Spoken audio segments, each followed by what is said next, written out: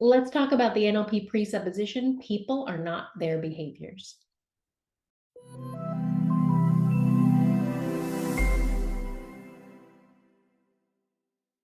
Hi again, Dr. Heidi here. I've been asked to explain a little bit more about the NLP presupposition, people are not their behaviors. Now, this is one of those presuppositions that sometimes have people going, what? Because if I'm not my behaviors, who am I? Well, we are a whole lot more than our behaviors, but I'm sure you've heard the labels being given. Maybe you've had some labels given to you, or you give labels to other people, and then we tend to live up to those labels. Some of those labels are things like, he's a slow learner, she's depressed, or she's anxious, or he's the angry guy, or yeah, he's just the class clown. She's Nellie No Friends. He's, Mr. Bring Me Down. And all of a sudden, all of these behaviors, the behavior of anxiety, the behavior of anger or fear or being a loner or whatever it is, they get put on as our identity. And then we start living those things, especially when we hear them as from little, he's the slow learner. Well, maybe his behaviors as he learns slowly, but that's not his identity. We are not our identity. However, there's another presupposition that says the most important information about a person is their behavior. How does that make sense? Well, here's how I make sense of it. Behavior is something that we can observe and see.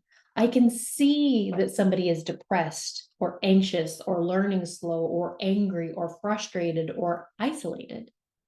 I can see those things. And seeing those things gives me insight into understanding a little bit more about what's beyond or behind those behaviors. I can ask questions and I can start to understand some of these beliefs, some concepts, some values around these things. Now, it's those things that are more important than the behavior, but I have to see or understand or hear about the behavior so that I can unpack it. I was working with a lady many years ago at this point, and she was wanting to lose weight and she was unable to lose weight. And I asked, well, tell me about the behaviors. How are you doing it? Because I wanted to understand her behaviors. And one of the things that she told me is she does really well through the week, but then on the weekend, she usually binges. And I'm like, okay, that's behavior I want to know about. Not because she's a binger and that's her identity. No, it's because that gives me insight. What do you believe about binging? What's important to you about it? What does it give you? What does it provide you? What would happen if you did? What would happen if you didn't? What do you believe about the beliefs you have about it? And what do you want to do instead? It gives me a lot more insight into being able to pick up and figure out all of the unconscious programming that creates a behavior in the first place. But like I mentioned before, we are not our behaviors. So if we're not our behaviors, who are we? Well, who are we is a culmination of a whole bunch of things. And I'd like to share my screen real quick and share with you neurological levels from Robert Dilts. Let me just share my screen here. So this is the neurological levels from Robert Dilts. And I like to explain identity and people are not their behaviors from this aspect. That Robert Dilts created these neurological levels that were modeled after some of the work of Gregory Bateson of the logical levels. Now, neurological levels from Robert Dilts looks at these 6 different levels of neurology. First being our environment, when and where we are. Second is the behaviors that we have. Angry, frustrated, slow learner, depressed, anxious, whatever it is. Our capabilities are how we do what we do. Our values and beliefs are why we do what we do. And our identity then is the who we are. And the purpose of the greater whole that's above that looks at the intention, the purpose, and the what for, as it says on this slide here. So let's look at this for a second. If I'm in an environment that is out with my friends, let's say we go to a bar. The where and with whom I am. I'm at a bar, I'm with my friends. Our behavior. My behavior is fun, engaging. Maybe I'm going to have a couple of drinks, might tell some stories. My capabilities, how do I do this? What am I capable of? I'm capable of having a couple of drinks and then saying no. I'm capable of telling some stories and some jokes, beliefs and values about those capabilities with those behaviors in this environment at the bar with my friends. My beliefs is that I'm having fun. My beliefs is that it's a night out with my friends or a day out. My beliefs is that having a couple drinks is just a social thing to do. My values, what's important to me about that socializing aspect is quality time, connecting with people, having some fun. And again, I have more beliefs that hang off of those values. And all of that, that environment with those behaviors and that capability with those beliefs and values leads me to the who I am in that instance. And the who I am, my identity is just me. I'm Heidi. But all of that is a little bit different because of the purpose. The purpose or the greater whole of that is to have fun, to connect. Now, let's say one of my friends says, "Hey, Heidi, I want to meet you and meet my boss. We'd love to do a work project with you. Can we meet at that same bar?" I'm like, "Yeah, sure." Now the purpose has changed. It's not a night out or a day out with my friends. We're going to the same environment, but the purpose has changed. Now it's a business meeting.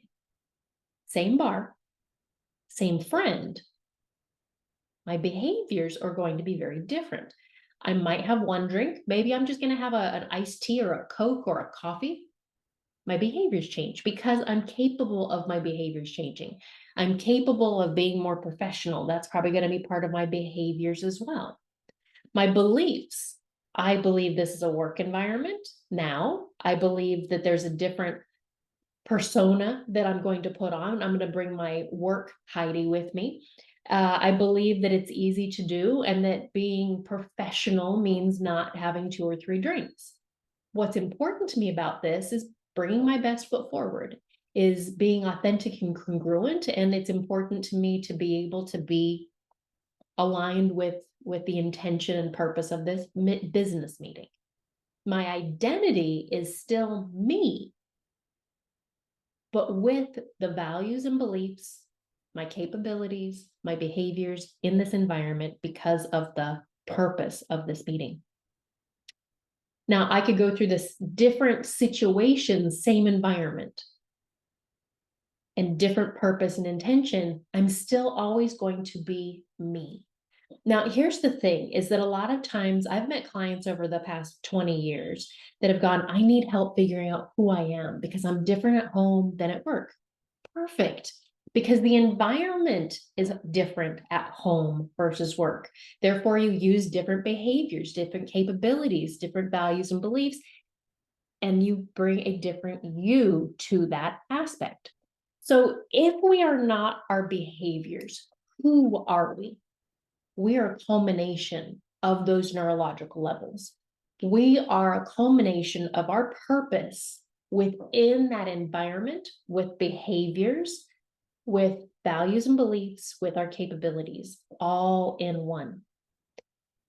The behaviors that we have are simply just byproducts of everything that's above or on that slide below them. From a neurological levels alignment, I actually like that diagram flipped. So the environment's on the bottom and the greater whole or purpose is on the top. One of the things that Einstein once said is you can't fix a problem at the level that it was created on. You must go to higher logical levels, which to me, if we flip that diagram, behaviors are a fairly low level thing. And most often, people bring value, or sorry, they bring those behaviors into my NLP coaching session. I'm not so interested in them. Yes, I'm interested in the behavior because remember, behavior is the most important information. So I want to understand, you're angry. Oh, you're depressed. Oh, you're anxious. Oh, you're frustrated. Oh, you're learning slowly. Yes, I said, oh, you're depressed and anxious because anxiety is just a behavior. How do you do it? Depression, anger, frustration, slow learning. They are behaviors and they are made up of our capabilities and our values and beliefs and the who we are in this moment. But they are not the who we are. I really do appreciate this presupposition as well as the one that says the most important information about a person is that person's behavior, because it gives me so much more insight into a person. And it stops me from judging and labeling. If I meet somebody and they seem to have, lazy behaviors, then instead of going, oh, he's so lazy, he's demonstrating lazy behaviors. I wonder what he believes. I wonder what he notices or feels capable of. I wonder what's important to him. I wonder if he likes who he's being when he's doing the lazy behaviors. Isn't that interesting? It changes the whole dynamic of everything, takes away the judgment and creates more curiosity, at least for me, at least for me.